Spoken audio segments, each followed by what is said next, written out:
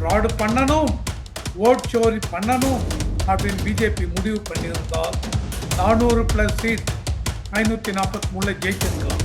Exit போல் எல்லாருமே BJP NDA கூட்டணி 400+ ஓட்டு வரும், சீட்டு கிடைக்கும். இந்த மாதிரி திருடுறாங்க அப்படின்னா அசம்பிளி எலெக்ஷன் 2023 கர்நாடகாவில் தம்பிங் மெஜாரிட்டியில் காங்கிரஸ் ஜெயிச்சாங்க. 2022 assembly election Himachal Pradesh thumping majority Congress ஜெயிச்சாங்க. ராகுல் காந்தி மற்ற பொலிட்டிக்கல் லீடர் இவங்க எல்லாம் இன்னைக்கு இது தவறு அது தவறு. ஒரு வருஷம் எங்க போனீங்க? உங்க ரூல் என்ன சொல்றது? 45 நாளைக்குள்ள கம்ப்ளைண்ட் பண்ணணும். ஆதார் கார்டு அதை வச்சுட்டு அத்தனை வெளிநாட்டு இவங்க பங்களாதேஷ், ரோஹிங்கியா, முஸ்லீம் யார் ஆதார் கார்டு வச்சிருந்தாலும் ஓட்டு போடட்டும், சுப்ரீம் கோர்ட் சொல்லட்டும் சார். திருப்பூர்ல எவ்வளவு பங்களாதேஷிஸ் இருப்பாங்க லேபரர் சார். இது எல்லாமே ஸ்டேட் கவர்மெண்ட், சென்ட்ரல் கவர்மெண்ட் இன் கோஆர்டினேஷன் தான் கண்டுபிடிக்க முடியும். நம்ம நாட்டு இதை பொறுத்து வைக்க டெமோகிராபி சேஞ்ச் இருக்கணும். அத்தனை வெளிநாட்டவர்கள் இந்தியாவுக்குள்ள ஊடுருவி இருக்காங்க அப்படிங்கிற இந்திய மக்களுக்கு கிடைக்க வேண்டிய வேலை வாய்ப்புகள், இந்திய மக்களுக்கு கிடைக்க வேண்டிய ரேபரேலி வயநாடு 2 ஜெயிச்சிங்க. 2மே ஓட் சோரி இல்லையா? கரெக்டா போச்சா? 232 சீட் இந்திய கூட்டணி ஜெயிச்சிருக்கீங்க. அதுலயும் எடுங்க எங்கெல்லாம் தவறு நடந்திருக்கு. நீங்க ஜெயிச்ச இடத்துல எங்க தவறு நடந்திருக்கு.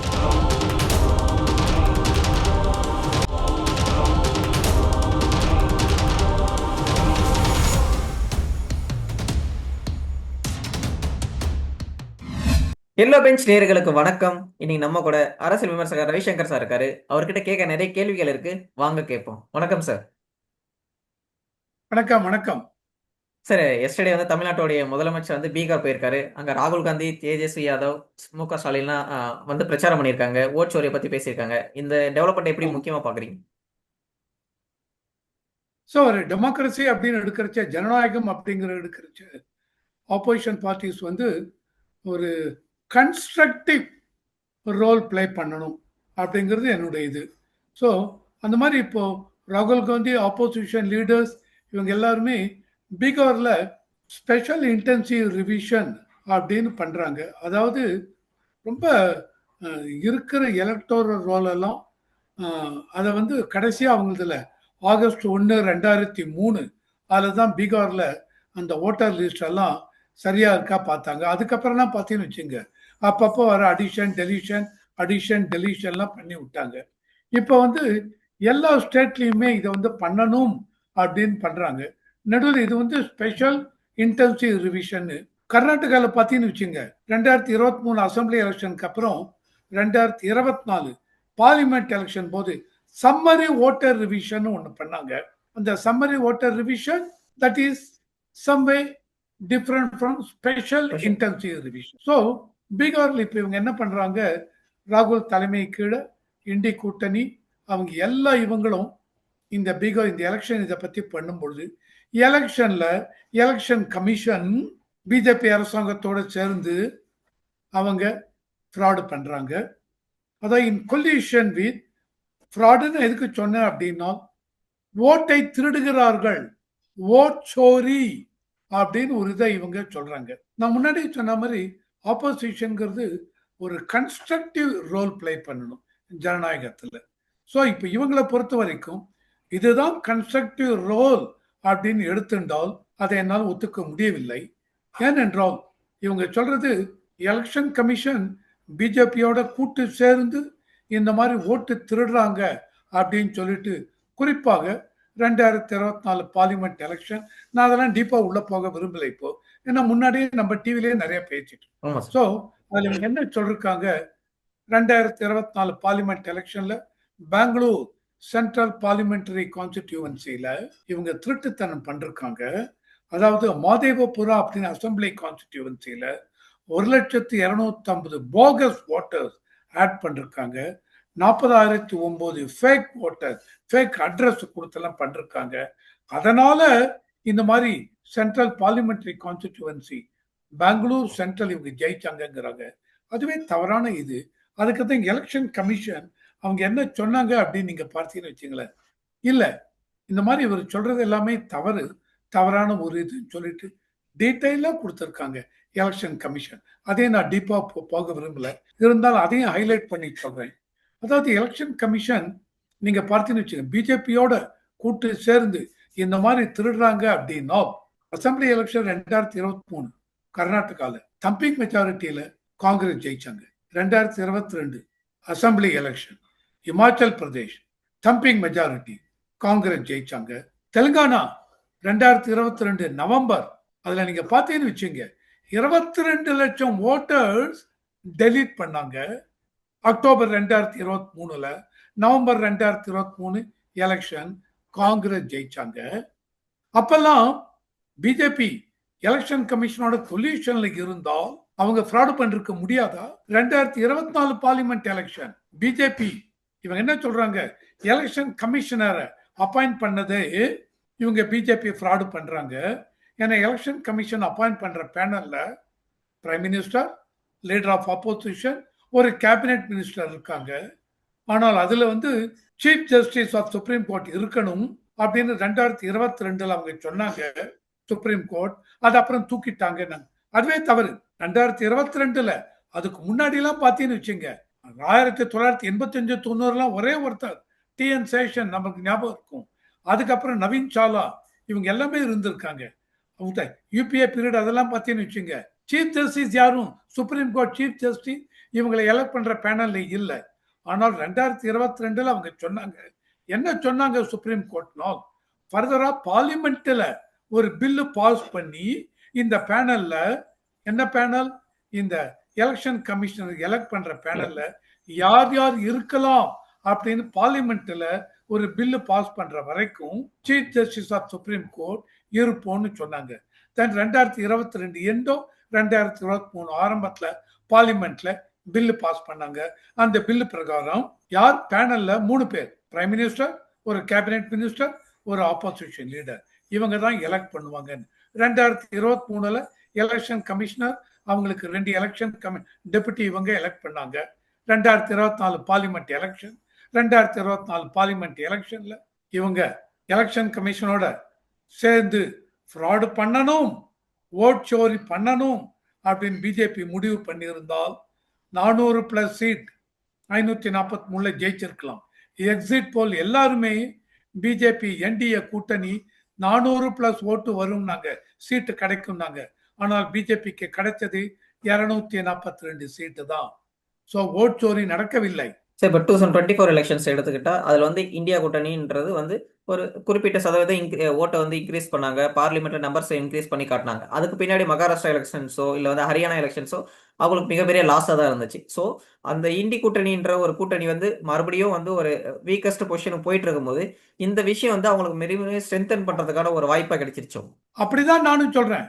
ஸ்ட்ரென்தன் பண்றதுக்கு இல்ல, நீங்க என்ன பண்ணணும், ஸ்ட்ரென்தன்ங்கிறது ஓட்டு பேஸ். ஆனா பேசுபடு பொருள் நீங்க சொல்றது கரெக்டா சார். அவங்க மறுபடியும் அந்த பேசுபடு பொருளை நாங்க கூட்டணி எல்லாம் ஒன்னாதான் இருக்கும் அப்படின்னு காட்டுறதுக்கான ஒரு விஷயமா அதை எடுத்திருக்காங்களோ? கண்டிப்பாங்க. ஸ்டாலினே அதான், ஸ்டாலின் போயிருக்காரு இல்லையா, ரேவந்த் ரெட்டி தெலுங்கானால இருந்து போயிருக்காரு. இது என்ன சிக்னல் கொடுக்கறதுன்னா, நம்ம ஆப்போசிஷன் பார்ட்டி எல்லாம் யுனைடடாக இருக்க வேண்டும், அந்த மாதிரி இருந்து தேர்தலை சந்திக்க வேண்டும் அப்படிங்கிறது ஒரு சிக்னல். நான் ஒத்துக்கிறேன். ஆனால் அந்த சிக்னல் அதோட நிற்கவில்லை. உங்களுடைய தலைப்பு என்ன சார்? அந்த ஓட்டர் யாத்திரா போறீங்களே, என்ன தலைப்பு? ஓட்டு சோரி அப்படின்னு போறீங்க. இந்த ஓட்டு சோரின்னு, ஓட்டு எங்க திருட்டுத்தனம் நடந்தது சொல்லுங்க. இவங்க சொல்றாங்க, அதாவது டூப்ளிகேட் ஓட்டர்ஸ் இவ்வளவு பேர் ஓட்டு போட்டிருக்காங்க மாதேவபுரா அந்த அசம்பிளிலன்னு. ஏன்னாலும் அந்த ஓட்டர் ஐடியில பார்த்தீங்கன்னு வச்சுங்க, 4-5 பேஜ் டிஃப்ரெண்ட் பேஜ்ல ஒரே ஓட்டர். ஒரு எக்ஸாம்பிளுக்கு சொல்றேன், அவங்க பேர் இருக்கு. எலெக்ஷன் கமிஷன் சொல்றாங்க இருக்குங்க, ஆனால் அந்த எபிக் ஐடி, ஒரே எபிக் ஐடி டிஃப்ரெண்ட் பேஜ்ல இருக்கு. அதனால 4 பேஜ்ல இருக்கிறதுனால 4 தடவை அவங்க ஓட்டு போட முடியாது. ஏன்னால் ஒரு தடவை ஓட்டு போட்டாச்சுனால் சிஸ்டம் அதை கேப்சர் பண்ணிடும். அதுக்கப்புறம் மறுபடியும் அவங்க ஓட்டு போட முடியாது, சிஸ்டம் அதை இன்வாலிடேட் பண்ணிவிடும் அப்படின்னு சொல்றாங்க. அதனால ஓட்டு சோரி தெப்ட் அங்க நடக்கவில்லை. 0000 ஸ்ட்ரீட் நம்பர் 0, டோர் நம்பர் 0, இந்த மாதிரி இருக்க இவங்க சொன்னாங்க எலெக்ஷன் ஆமாங்க இருக்கு. எதனாலனால் நிறைய இதுல ஓட்டர் இதுல பாத்தீங்கன்னு வச்சுங்க, ஸ்ட்ரீட் நேம் அதெல்லாம் அந்த ஃபார்ம்ல இல்ல. இவங்கள என்ன பண்றாங்க, டேட்டா என்ட்ரி என்ன சொல்றாங்க, நோஷனல் நம்பர் 1. எங்கெல்லாம் ஸ்ட்ரீட் அட்ரஸ் இல்லையோ, எங்கெல்லாம் வில்லேஜ் முனிசிபாலிட்டிலாம் பார்த்தீங்க அப்படின்னா சில இடத்துல வந்து டோர் நம்பர் இருக்காது. அதையெல்லாம் 00ன்னு நோஷனல் நம்பர் போட்டு பண்ணுங்க அப்படின்னு சொல்லியாச்சு. அதனால அதுவும் ஃபேக், இது இல்லை. இதையும் தாண்டி எலக்டோரல் ரோல் எலெக்ஷன் நடக்கிறதுக்கு 2 மாசம் முன்னாடி பப்ளிஷ் பண்றோம். பப்ளிஷ் பண்ணும்போது அங்க இருக்கிற அத்தனை பிஎல்ஏன்னா உங்க எல்லாருக்கும் தெரியும், பூத் லெவல் ஏஜென்ட். ஒவ்வொரு பொலிட்டிக்கல் பார்ட்டிக்கும் பூத் லெவல் ஏஜென்ட் உண்டு. இந்த பூத் லெவல் ஆபீசர்ஸ் யார்? இந்த officer appointed by state election commissioner in consultation with chief electoral officer. அந்த பூத் லெவல் ஆபீசர் இந்த எலக்டோரல் ரோலை ரெடி பண்ணி இதெல்லாம் சர்டிஃபை பண்ணதுக்கு அப்புறம் எல்லா பொலிட்டிக்கல் பார்ட்டியுடைய பூத் லெவல் ஏஜென்ட் கொடுக்குறாங்க. அவங்க டியூட்டி அதை வெரிஃபை பண்ணணும்.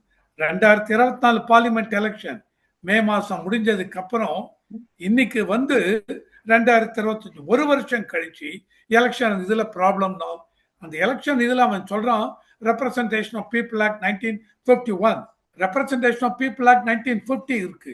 அது ரிகார்டிங் ஓட்டர் எலக்டோரல் லீஸ். ரெப்ரசன்டேஷன் ஆஃப் பீப்புள் ஆக்ட் 1951 அது வந்து என்ன செக்ஷன் 20. அது கீழே நீங்க பார்த்தீங்கன்னு வச்சுங்க, ஓட்டர் எப்படி ஓட்டு போடுறாங்கிறது. அதுல உங்களுக்கு ஏதாவது பிரச்சனை இருந்தால் 45 நாளுக்குள்ள நீங்க கம்ப்ளைண்ட் பண்ணலாம் இருக்கு. அதையெல்லாம் விட்டு ஒரு வருஷம் கழிச்சு ராகுல் காந்தி மற்ற பொலிட்டிக்கல் லீடர் இவங்க எல்லாம் வந்து இன்னைக்கு இது தவறு அது தவறு. ஒரு வருஷம் எங்க போனீங்க? உங்க ரூல் என்ன சொல்றது? 45 நாளைக்குள்ள கம்ப்ளைண்ட் பண்ணலாம் இருக்கு. நீங்க ஒரு வருஷம் கழிச்சு பண்ணும்போது உங்களுடைய இன்டென்ஷன் இடன் அஜெண்டா என்ன? அதான் நாங்க தோற்றுவிட்டோம். அப்ப நான் கேட்கிறேன், வயநாடுல ஜெயிச்சிங்களா பார்லிமெண்ட் எலெக்ஷன்? ரேபரேலி வயநாடு 2த்துல ஜெயிச்சிங்க. 2மே ஓட் சோரி இல்லையா? கரெக்டா போச்சா? 232 சீட் இந்தி கூட்டணி ஜெயிச்சிருக்கீங்க. அதுலயும் எடுங்க எங்கெல்லாம் தவறு நடந்திருக்கு. நீங்க ஜெயிச்ச இடத்துல எங்க தவறு நடந்திருக்கு அதையும் சொல்லுங்க. அதையெல்லாம் சொல்லாம ஓட் சோரி அப்படின்னா that will not be accepted.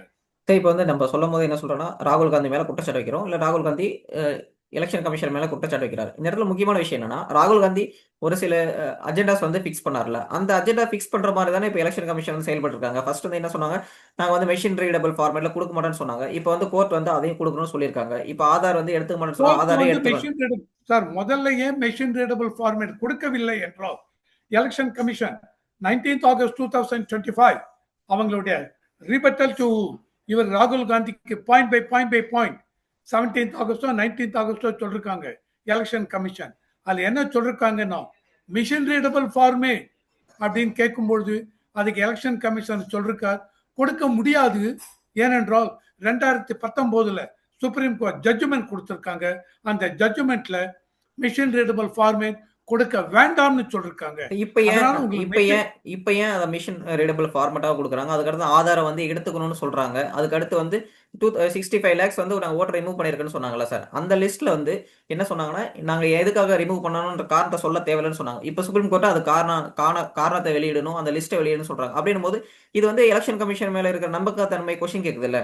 ஏன் இதை வந்து இத்தனை நாள் செய்யாம இருந்தாங்க? இப்ப சுப்ரீம் கோர்ட் சொன்ன பின்னாடி ஏன் செய்யறாங்க? இல்ல, அதாவது எலெக்ஷன் கமிஷன் அபிடவிட் கொடுத்திருக்காங்க சுப்ரீம் கோர்ட்டுக்கு. என்னன்னா, இந்த 65 லட்சம் ஓட்டர்ஸும் பப்ளிக் பிளேஸ்ல பஞ்சாயத்து இதுல முனிசிபாலிட்டி இதுல அங்கெல்லாம் போட முடியாது. Privacy of the voters will be affected. ஆனால் இந்த 65 லட்சம் ஓட்டர்ஸ் டெலீட் பண்ணதை எல்லா பூத் லெவல் ஏஜென்ட்ஸ் எல்லா பொலிட்டிக்கல் பார்ட்டிக்கும் நாங்க கொடுத்திருக்கிறோம். உங்களுக்கு வந்தாச்சா பொலிட்டிக்கல் பார்ட்டிஸ்க்கு? அப்புறம் அது எப்படி நீங்க சீக்கிரசி மெயின்டைன் பண்றாங்க எலெக்ஷன் கமிஷன் அப்படின்னு சொல்லுவீங்க? எலெக்ஷன் கமிஷன் எல்லா பொலிட்டிக்கல் பார்ட்டிக்கும் இந்த 65 லட்சம் ஓட்டர்ஸ் டெலீட் பண்ண லிஸ்ட் கொடுத்திருக்கோம். அவங்க யாராவது இல்லைன்னு சொல்லிருக்காங்களா இன்னி வரைக்கும்?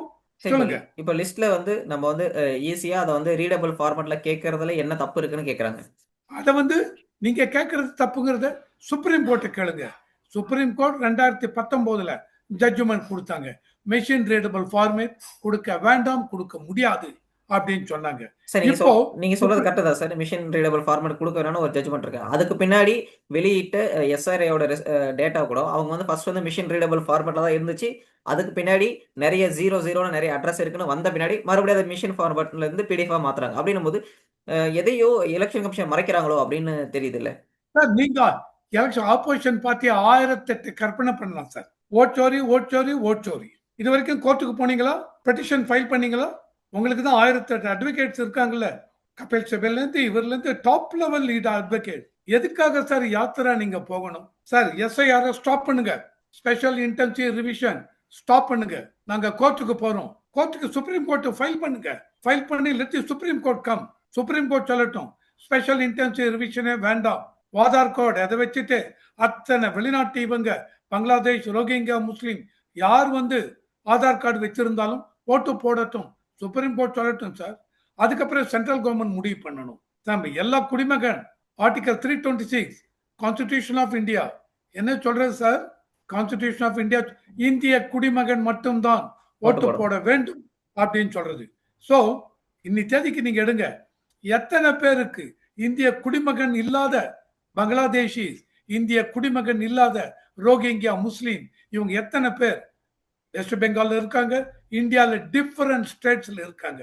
எல்லார் கையிலயும் ஆதார் கார்டு இருக்கு, ரேஷன் கார்டு இருக்கு, ஓட்டர் ஐடி. 2024 எலெக்ஷன் முதல்ல எலெக்ஷன் ஓட்டு போட்டிருக்காங்க. ரீசெண்டா ஒரு இது படிச்சோம்.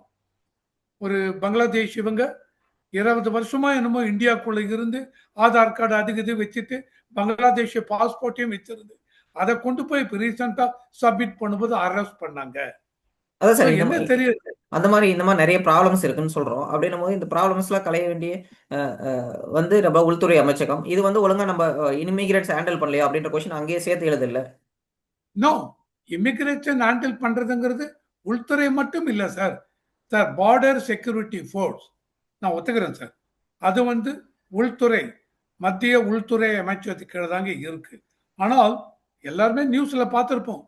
மேபி நம்ம தமிழ் மீடியா இந்த மீடியாவில் போட மாட்டாங்க, நேஷனல் சேனல்ல பார்ப்போம். அந்த பார்டர் செக்யூரிட்டி ஃபோர்ஸுங்கிறச்சு அந்த பார்டரை பார்த்தீங்கன்னு வச்சுங்க, நிறைய பார்டர் ஓப்பனா இருக்குங்க. நேபாள்ல இருந்து போன வாரம் பீகார்ல இந்த எஸ்ஐஆர் பத்தி காமிக்கிறத நீங்க வந்து ஓப்பனா இருக்குன்னு சொல்றீங்களா சார்? அதை வந்து க்ளோஸ் பண்ணி அதை பாதுகாத்து வைக்க வேண்டியது யார் பொறுப்பு? Very good. க்ளோஸ் பண்ணணும்ல. என்ன காஸ்ட்? காஸ்ட் தெரியுமா சார்? க்ளோஸ் பண்ணணும், க்ளோஸ் பண்ணிட்டு இருக்காங்க சார். ஃபேஸ்ட் மேனர் தான் பண்ண முடியும் சார். என்னுடைய பட்ஜெட் இந்த வருஷத்துக்கு மத்திய அரசாங்கத்து பட்ஜெட் இவ்வளவு லட்சம் கோடி, 35 லட்சம் கோடி, 40 லட்சம் கோடி. அந்த 40 லட்சம் கோடியில ஒரு 10 லட்சம் கோடி எடுத்து பார்டரை க்ளோஸ் பண்ண முடியாது. எவ்வளவு 5000 மைல் 6000 மைலுக்கு இருக்கு border. Border with China, border Arunachal Pradesh, border Punjab பக்கம், பார்டர் இந்த பக்கம் நேபாள் பீகார் பக்கம், எல்லா இடத்துலயும் பார்டர் இருக்கு. ஓகேவா? அவ்வளையும் ஒரே இதுல பண்ண முடியாது. ஃபேஸ்ட் மேனர் தான் பண்ண முடியும். அந்த மாதிரி இருக்கிறச்ச அப்படியே பார்டர் இருக்கிற இடத்துலையும் பார்டர் செக்யூரிட்டி ஃபோர்ஸ் அவங்களும் ஹியூமன் பீயிங்ஸ். ஓகேவா? அவங்களுடைய வீடு இதெல்லாம் எங்க இருக்கு? அந்த ஸ்டேட் கவர்மெண்ட் உள்ள இருக்கு. எனக்கு west Bengal border security force இருக்குன்னா என்னுடைய வீடு கீடெல்லாம் நான் சென்ட்ரல் கவர்மெண்ட் எம்ப்ளாயி இருந்தாலும் வெஸ்ட் பெங்கால் இதில் இருக்கும். எனக்கு சில காரியம்லாம் நடக்கணும்னா இந்த மாதிரி நானும் காம்ப்ரமைஸ் பண்ணிடுவேன். ஓகேவா? அந்த மாதிரி காம்ப்ரமைஸ் பண்ற பர்சனை வந்து நம்ம ஒழுங்கா நடவடிக்கை எடுக்கிறதுனால நம்மளோட இன்டர்னல் செக்யூரிட்டிக்கு பாதிப்பு இருக்குல்ல. காம்ப்ரமைஸ் பண்ற பர்சன் ஸ்டேட் கவர்மெண்ட் அபிஷியல்ஸ்ல இல்லையா? இல்ல சார், அவங்க மேல நடவடிக்கை யார் வந்து காம்ப்ரமைஸ் பண்ணி நம்ம இன்டர்னல் செக்யூரிட்டிக்கு பாதிப்பு வந்தாலும் அவங்கள क्वेश्चन எடுக்கணும்ல. கரெக்ட். எவ்வளவு பேர் மேல நடவடிக்கை எடுக்க முடியுது சொல்லுங்க? மினிஸ்டர்ஸ் மேலேயே நடவடிக்கை எடுக்க முடியவில்லை. அத்தனை பேர் மேல எவ்வளவு கேஸ் இருக்கு? அவ்வளவு கேஸும் ஓடிட்டு இருக்கு. எவ்வளவு கேஸ் சுப்ரீம் கோர்ட், ஹைகோர்ட்ல பெண்டிங் இருக்கு. எவ்வளவு பீப்புள் வந்து மினிஸ்டர்ஸ் பெயில வந்துருவாங்க. ஆனா சக்தி இல்லாதவங்க ஜெயில்கிட்ட முடிஞ்சும் உள்ள இருக்காங்க. இதெல்லாம் வந்து லீகல் சிஸ்டம் ப்ராப்ளம். அந்த ப்ராப்ளம், இந்த ப்ராப்ளம், எல்லா இடத்துலயும் லூப் ஹோல் இருக்குங்க. ஸோ எல்லாருக்கும் இப்ப பீகார்ல எலெக்ஷன் கமிஷன் சொல்றாங்க, எக்ஸாம்பிளுக்கு 5-6 கான்ஸ்டிடியூவன்சில 100 பேர் இருக்க வேண்டிய இடத்துல 130 ஆதார் கார்டு இருக்குங்கிறோம். அப்ப என்ன பண்ணலாம்? விட்டுலாமா? சரி, நீங்க சொல்லுங்க. ஒரு முக்கியமான விஷயம் சொன்னீங்க, இன்டர்னல் செக்யூரிட்டிக்கு பாதிப்பு இல்லாம ரோஹிங்கியா முஸ்லிம்ஸ், பங்களாதேஷ் முஸ்லிம்ஸ்லாம் வரான்னு சொன்னீங்க. இப்போ வந்து அவங்க பீகார்ல வந்து இருப்பாங்கல்ல சார், அவங்களோட நம்பர்ஸ் நம்ம கடைசி வரையும் இதுவரை சொல்லவே இல்லையே. எவ்வளவு பேர் நாங்க கண்டுபிடிச்சோம் அப்படின்றது. கண்டுபிடிக்கல, அதான் சொல்றேன். இப்ப என்ன கண்டுபிடிச்சிருக்காங்க? இப்ப ஸ்பெஷல் அப்போ இன்வெஸ்டிகேஷன் உங்களுக்கு 7 டிவிஷன்ல அவங்கள கண்டுபிடிக்கவே இல்லையே சார். இல்லைங்க, 7,90,00,000 ஓட்டர்ஸ் இருந்தாங்க. இன்னைக்கு 65 70 போக 7,19,00,000 20,00,000. என்ன இது சொல்லிருக்காங்க? இவங்கெல்லாம் டாக்குமெண்ட் கொடுத்திருக்காங்க. இவங்கெல்லாம் என்ன டாக்குமெண்ட் கொடுத்திருக்காங்க? நான் சொன்ன எலக்ட்ரல் நியூ என்யூமரேஷன் ஃபார்ம், புது ஓட்டர் லிஸ்ட் ஃபார்ம் வாங்கி இவங்க ஃபில்அப் பண்ணணும். யாரெல்லாம் ஃபில்அப் பண்ணணும்? யாருடைய பெயர் ஆகஸ்ட் 1 2003 அந்த எலக்டோரல் ரோல்ல இல்லையோ, அதை யங்ஸ்டர் பேரெல்லாம் இருக்காது. ஆனால் அவங்க அப்பா அம்மா பேரெல்லாம் ஆகஸ்ட் 1 2003 பீகார் எலக்டோரல் ரோல் லிஸ்ட்ல இருந்தால் அவங்க எல்லாருக்கும் இப்ப இருக்கிற பசங்க எல்லாருமே இந்திய குடிமகன். அவங்க இல்லாதவங்க ஏதாவது ஒரு 11 டாக்குமெண்ட் சொன்னாங்க. அவங்க எல்லாரும் இப்ப ஃபார்மை ஃபில்அப் பண்ணி இந்த 11 டாக்குமெண்ட் சப்மிட் பண்ணிருக்காங்க. ஓகேவா? அதான் சார், நீங்க எப்போ முடியும்? இதுக்கு முன்னாடி நீங்க சொல்லும் போது ஒரு 25 இயர்ஸா வந்து ஒருத்தவங்க வந்து பங்களாதேஷ்ல இருந்து வந்து இங்க தங்கியிருக்காங்க, 25 இயர்ஸ் 30 இயர்ஸா இருக்குன்னு சொன்னீங்க. அப்படின்னும் போது இப்போ இப்போ வந்து பீகார்ல அவங்க இருக்காங்கன்னு வச்சுப்போம். இப்போ வந்து அவர் வந்து 2003 அந்த லிஸ்ட்லயே இருந்திருப்பார். அப்படின்னும் போது அவரை நம்ம செக் பண்ண மாட்டோமா? கண்டிப்பா பண்ண முடியல, பண்ண முடியாது. அப்படின்னா ஸ்பெஷல் இன்வெஸ்டிகேஷன் கொண்டு வந்ததுக்கான ரீசன் என்ன? மறுபடியும் பங்களாதேஷ் வந்து ஓட்டு போட தானே போறாங்க. இல்ல, அந்த மாதிரி மேலிருந்து வரையா பார்க்க முடியாது. ஸ்பெஷல் இன்டென்சிவ் ரிவிஷன் வரும்போது சார், இதையும் தாண்டி இப்போ உங்க தமிழ்நாடு எடுத்துங்க, நம்ம தமிழ்நாடு நம்ம எடுத்துக்கலாம். இல்ல தமிழ்நாடு வேண்டாம் சார், ஆந்திராவை எடுத்துக்கலாம், இல்ல குஜராத் எடுத்துக்கலாம். குஜராத்துக்குள்ள எத்தனை வெளிநாட்டவர்கள் இருப்பாங்க தெரியுமா? இல்லன்னு சொல்ல முடியுமா? முடியாது. கர்நாடகால எடுங்க, சோமனி இவங்க இருப்பாங்க. திருப்பூர்ல எவ்வளவு பங்களாதேஷிஸ் இருப்பாங்க லேபர். சார், இது எல்லாமே ஸ்டேட் கவர்மெண்ட், சென்ட்ரல் கவர்மெண்ட் இன் கோஆர்டினேஷன் தான் கண்டுபிடிக்க முடியும். எவ்வளவு state government law and order, ஒரு பர்டிகுலர் ஸ்டேட் கண்ட்ரோல் யாரு sir? State government. State government போலீஸ்க்கு தெரியும் சார், இவங்க யாரு எத்தனை பேர் உள்ள வந்தாங்க அப்படின்னு தெரியும். சோ இதையும் தாண்டி எல்லாரும் உள்ள இருக்காங்கன்னா அப்ப என்ன அர்த்தம்? ரீசெண்டா இப்ப வெளிநாட்டு இதெல்லாம் உள்ள வரவங்களை பத்தி அதுக்கு ஒரு புதுசா ஒரு பில்லு கொண்டு வந்தாங்க.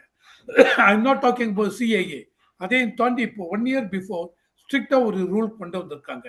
அது பிரகாரம் அது எந்த அளவுக்கு இம்ப்ளிமெண்ட் பண்ணி வெளிநாட்டவர்கள் எல்லாரையும் August 15 independence day prime minister பேசியிருக்கார். நம்ம நாட்டு இதை பொறுத்தி வைக்கிறச்ச டெமோகிராஃபி சேஞ்ச் இருக்கணும். அத்தனை வெளிநாட்டவர்கள் இந்தியாவுக்குள்ள ஊடுருவி இருக்காங்க அப்படிங்கிறச்ச இந்திய மக்களுக்கு கிடைக்க வேண்டிய வேலை வாய்ப்புகள், இந்திய மக்களுக்கு கிடைக்க வேண்டிய உணவா 80 கோடி மக்களுக்கு ஃப்ரீ ரேஷன் கொடுக்கணும். யாருக்கு கொடுக்கணுங்க? 80 கோடி இந்திய குடிமகனுக்கு. இதை வந்து வேற ஒருத்தருக்கு போக கூடாது. இது யார் முன்னாலும் எப்படி வேணாலும் நினைச்சுக்கிட்டோம். இது என்னுடைய பாயிண்ட். அப்போ இன்னும் ஸ்ட்ரிக்டான ரூல்ஸ் கொண்டு வந்து அத்தனை பேரையும் ஐடென்டிஃபை பண்ணணும், பண்ணி வெளியில அனுப்பணும். இப்ப ஃபாரின்ல, இப்ப அமெரிக்கால எடுத்துனே வச்சுங்க, அமெரிக்கால எவ்வளவு இவங்க இருக்காங்க, இருந்தாலும் அவங்களுக்கு ஓட்டுரிமை கிடையாது. இந்தியால இருந்து போன குடிமகன் ஆனால் ஓட்டுரிமை இருக்கலாம், குடிமகன் அல்லாதவருக்கு அமெரிக்காலையும் ஓட்டுரிமை கிடையாது. இன் ஸ்பைட் ஆஃப் தட் இல்லீகலா அங்க குடியிருக்கவங்க இருக்காங்க. சோ எதையும் அவங்களாலும் கட்டுப்படுத்த முடியவில்லை. எந்த அளவுக்கு கட்டுப்படுத்த முடியுமோ அதுக்காக தான் இந்த ஸ்பெஷல் இன்டென்சிவ் ரிவிஷன்.